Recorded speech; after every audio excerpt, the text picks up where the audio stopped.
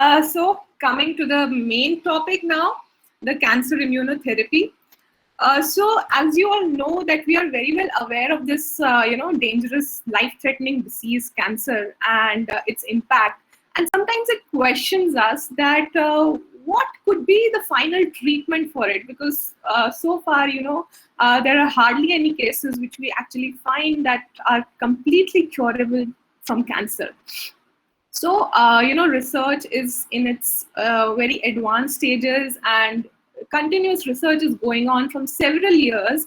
And therefore, they have come up with this recent treatment of immunotherapy. Now, what is that? I'm going to take you through my slides further in the webinar. But I must tell you that we all are aware of some celebs who have undergone some cancer treatments, such as Mr. Rishi Kapoor, Sonali Bendre, Yuvraj Singh, and even now Sanjay Dutt is traveling to US.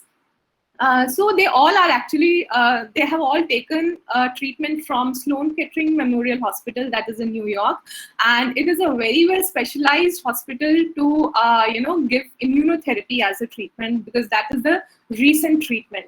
So, what does it do? Let me take you towards the talk now.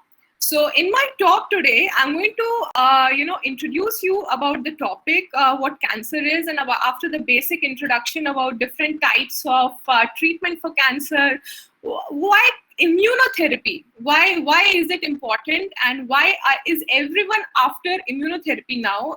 So we're going to understand that, and then we are going to understand how we actually develop it in the lab and the journey we take from the lab to clinic, and some of the drugs which are now FDA approved. So also, how is it linked to personalized medicine and microbiome? We are going to discuss the challenges. And in the second part of my talk, I'm going to switch my gears. I'm going to take you towards the industrial scenario. That means I'm going to give you an overview of the biopharma industry, their different divisions, and how are they actually placed, how we as scientists can be placed there, and how different divisions rule, how we can apply there, how you as job seekers can apply there by having different level of qualification. So we are going to talk about all that in the second part of my talk.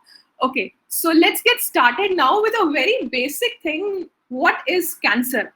So we all know that, under normal conditions, the cell divides geometrically, and if it happens to have a mutation, so under normal conditions, it undergoes a repair, DNA repair system. But if it is not able to get targeted by the DNA repair machinery, it undergoes suicide, which is also known as apoptosis. Now, something very different happens when a person undergoes cancer. So you have, in cancer, you have several mutations that have been acquired in the cell, and these mutations are increasing as and when the cell divides at every stage. And because the cell is very, very mischievous and notorious, it somehow escapes the apoptosis mechanism as well. It is not able to recognize by the cell body system, and therefore it is it is escaping through that system and dividing continuously and rapidly.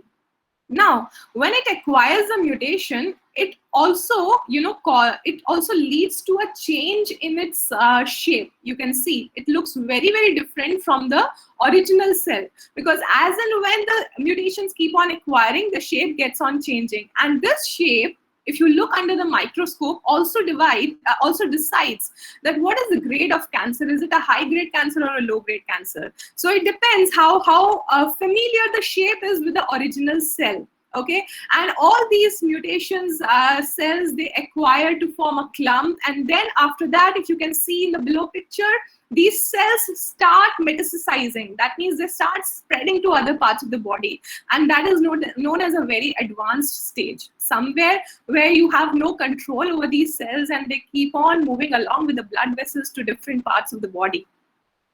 So let me take you through some of the WHO statistics that what are the high frequency cancer in the world.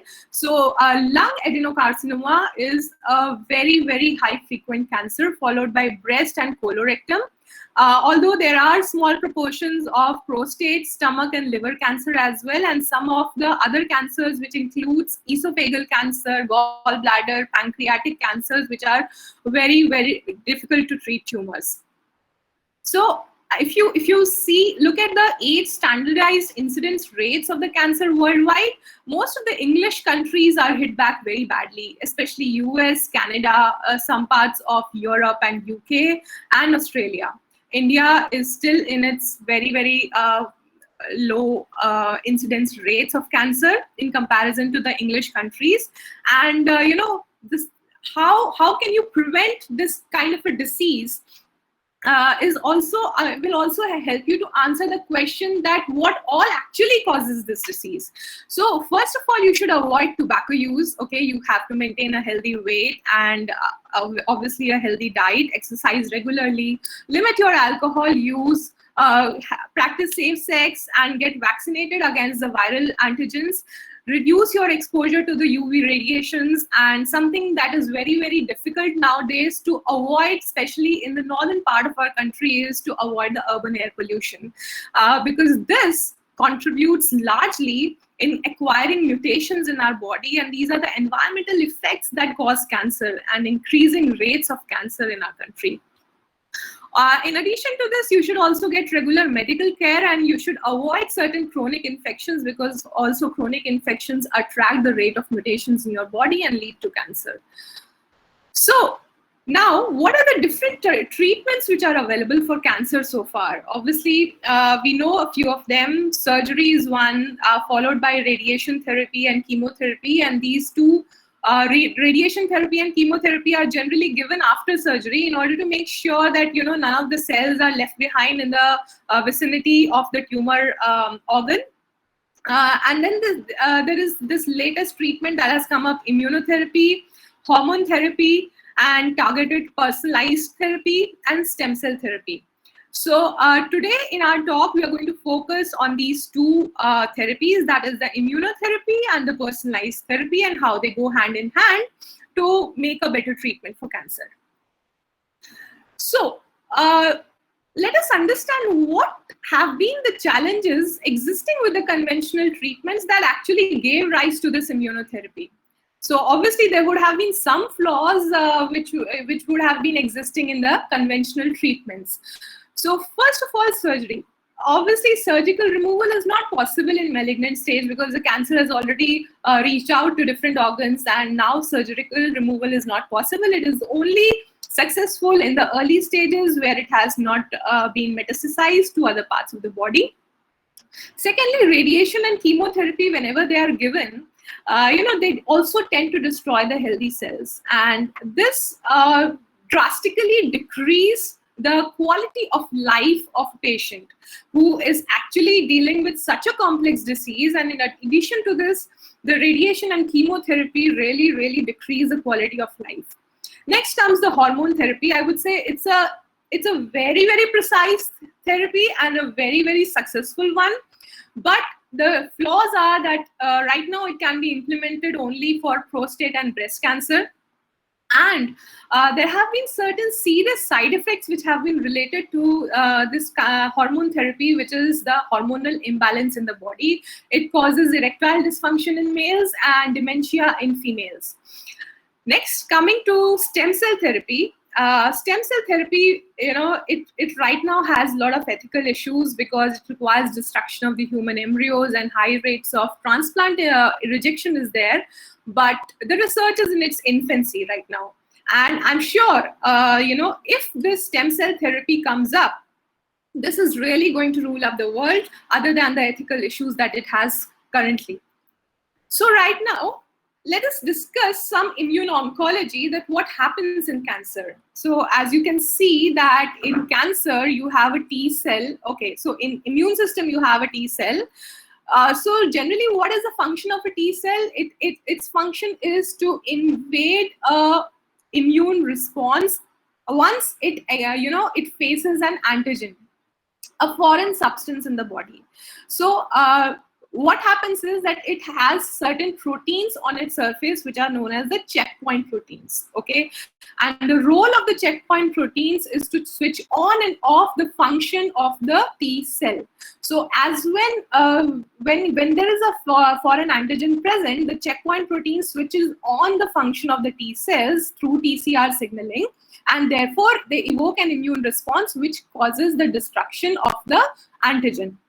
But sometimes, the T cell might have been activated for a long time, and sometimes to, stop it from invading the cells, there are some other proteins which are the checkpoint proteins which are there supposed to be switched off. Okay.